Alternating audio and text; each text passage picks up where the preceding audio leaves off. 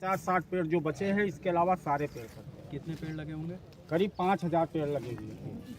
क्या कीमत होगी इसकी? इसकी करीब 80-85 लाख। और बेचा किसको गया, इस बारे में कुछ जानकारी मिली? इसके बारे में मेरे जानकारी मेरे को नहीं है। इसके बारे में जानकारी के लिए स्वर्णलता और मनोज ही बता सकते हैं, क्योंकि उन्होंने ही बताया। जबकि क्या ये सर जमीन विवादित? ये जमीन विवादित है। संडीला तहसीलदार महोदय जी के यहाँ वारदारा कायम है और बाकायदा जो है 4 फाइलें चल रही हैं तहसीलदार जी के यहाँ, लेकिन उसके बावजूद इन्होंने ये पेड़ कटाए, लेकिन प्रशासन ने संज्ञान नहीं लिया। मैं ये प्रशासन को आप लोगों के माध्यम से कहना चाहता हूँ कि कम से कम निष्पक्ष जांच तो होनी चाहिए। हमें और कुछ नहीं चाहिए, निष्पक्ष जांच कर दें। लेकिन अगर प्रशासन निष्पक्ष जांच नहीं करता है तो संडीला आश्रम के ऊपर हम जबरदस्ती, यहाँ पर लाखों लोग हमारे यहाँ इकट्ठा होके हम जबरदस्ती इस पर कब्जा करेंगे, अगर इस तरीके से प्रशासन का रवैया रहा।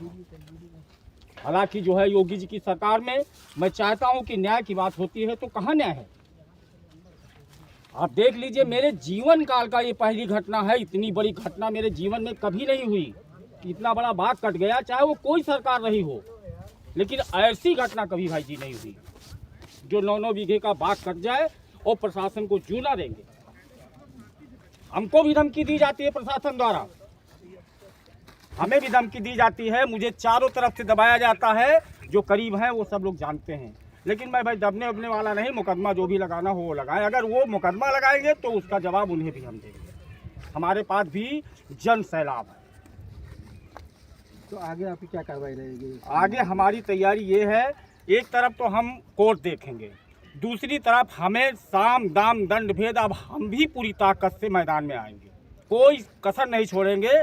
हम किसी बात से दबेंगे नहीं। अब अभी तक भैया जी का, हम लोग भैया जी के अनुरोध पर सब चुप थे।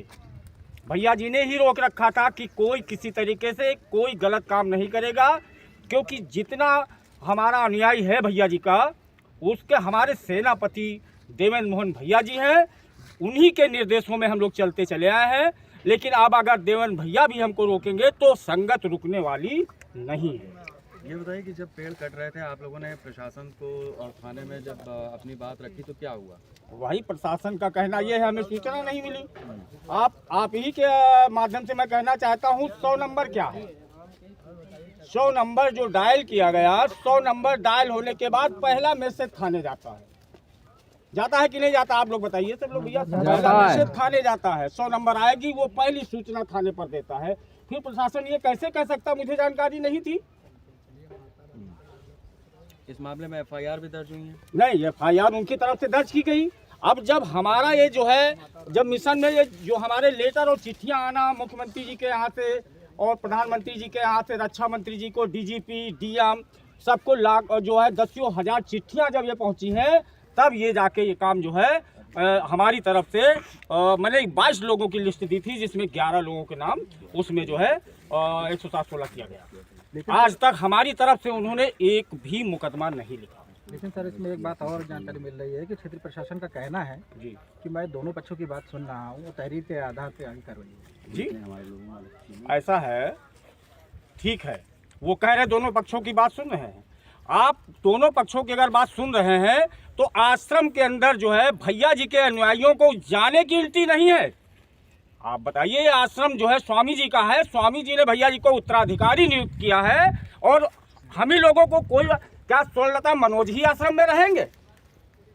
पूरे आश्रम में जितना इतना मिशन है हमारा, 200 लाख लोग हैं हम लोगों को जाने की इल्टी नहीं। मैं लोकल में रहता, सारा जीवन लगा दिया हम लोगों ने मिशन के साथ में। ये पेड़ हमने लगवाए हैं, हम भी शामिल थे जब ये पेड़ लगाए गए थे, लेकिन कभी एक पेड़ लगाया तो है नहीं स्वर्णलता मनोज जी ने, लेकिन कटवा दिया, जबकि न्यायालय में मामला चल रहा है।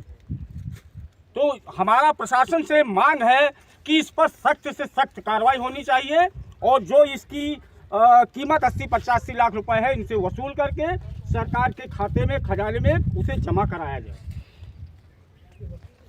और हमारे भैया जी को आगे के लिए यहाँ तत्काल नियुक्त किया जाए। अगर नहीं नियुक्त करेंगे तो अब हम लोग बगावत पर